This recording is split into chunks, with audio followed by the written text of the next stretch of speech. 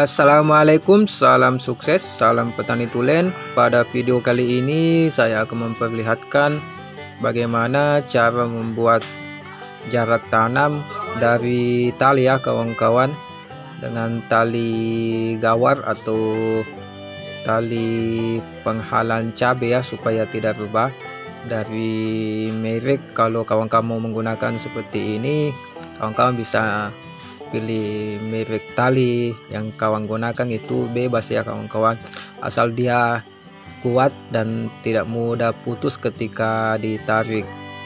Jadi proses saya membuat jarak tanam itu seperti ini ya kawan-kawan, dengan jarak tanam sekitar 40 cm antar tanaman ya kawan-kawan. Jadi saya tinggal mengikuti jarak tegel ya kawan-kawan, untuk memudahkan dalam proses mengukur. Jadi karena tegelnya 40, jadi masing-masing pinggir tegel itu kita kasih tali semacam ini ya, sebagai penanda. Jadi memudahkan kita nanti pada saat pelubangan mulsa. Sebaiknya pengikatan pada tali tambang ini diikat sampai 2 kali ya kawan-kawan, sehingga tidak mudah goyang ya kawan-kawan. Kemudian kita ambil patok ujung kiri kanan, jadi kita gunakan patok 2 yang sudah diruncingkan bagian bawahnya kawan-kawan ya, dan sudah kita ikat, kita gulung semacam ini supaya tidak berhamburan ya kawan-kawan, atau tidak saling terkait satu dengan yang lainnya, sehingga tidak menyusahkan nantinya. Oke, pada proses pelubangan mulsa itu kita mulai dari tengah bedengan ya kawan-kawan. Jadi cukup 1 kali membuat garis, kemudian setiap ikatan itu kita lubang ya kawan-kawan.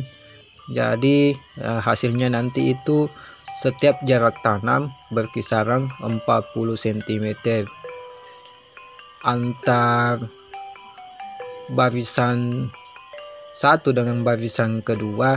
Itu kita tidak melakukan proses pengukuran ya kawan-kawan, kita tinggal menyesuaikan saja. Jadi pola tanam yang saya lakukan di lahan ini yaitu pola tanam 31, ada yang 32 dan ada yang 33. Yang pola 31 ini proses pelubangannya sama ya kawan-kawan, 1 tali kita ikatkan ujung kanan dan kiri, kita tarik kuat supaya terbentang.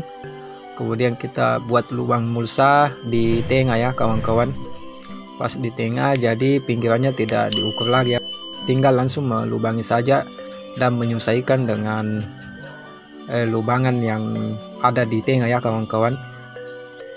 Kemudian yang 3 pola tanam semacam itu juga.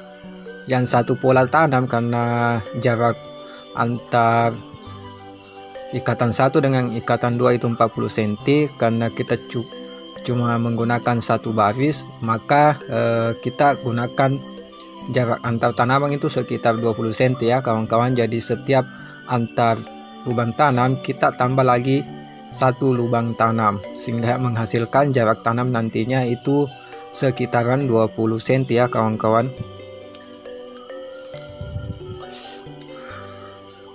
Alat yang saya gunakan itu alat yang terbuat dari besi stainless ya kawan-kawan. Jadi alat yang kawan-kawan mau gunakan itu bebas, yang jelas yang lebih cepat lebih bagus ya kawan-kawan. Bisa menggunakan alat dari pipa, bisa menggunakan alat yang semacam arang pembakaran ya kawan-kawan, dari kaleng yang dibakar ya. Yang mana lebih mudah dan lebih cepat itu yang kawan-kawan gunakan.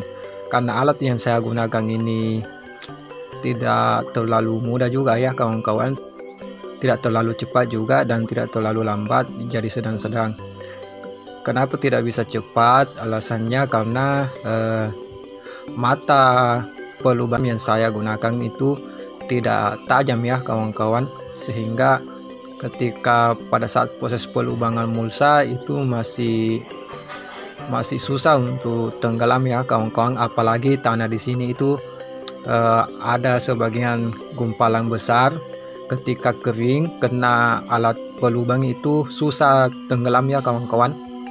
Ketika basah lebih susah juga ya kawan-kawan, karena tanah lengket pada alat yang kita gunakan. Pas di tengah ikatan itu adalah lubang tanam ya kawan-kawan. Jadi kita paskan tengah pelubang di tali sehingga jarak tanamnya 40 cm.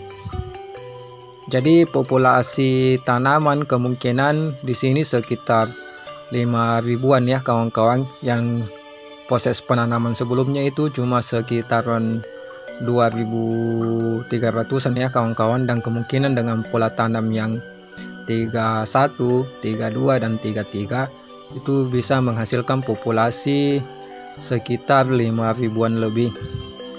Apalagi dengan jarak tanam cuma 40 sentian ya kawan-kawan, sehingga populasinya bertambah. Cuma patut kita waspadai hama dan penyakitnya ya kawan-kawan, karena jarak tanam yang terlalu rapat itu biasanya kelembaban tinggi, pencahayaan tidak masuk, sehingga hama penyakit itu agak tinggi ya kawan-kawan, sehingga harus betul-betul kita harus kontrol hama dan penyakitnya. Karena alat yang saya gunakan rusak, terpaksa harus menggunakan kaki untuk melubangi mulut saya kawan-kawan. Apalagi tanahnya keras dan liat. Ada yang keras, ada yang liat.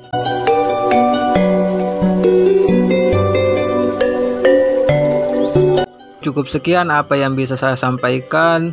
Sampai jumpa di video berikutnya. Wassalam.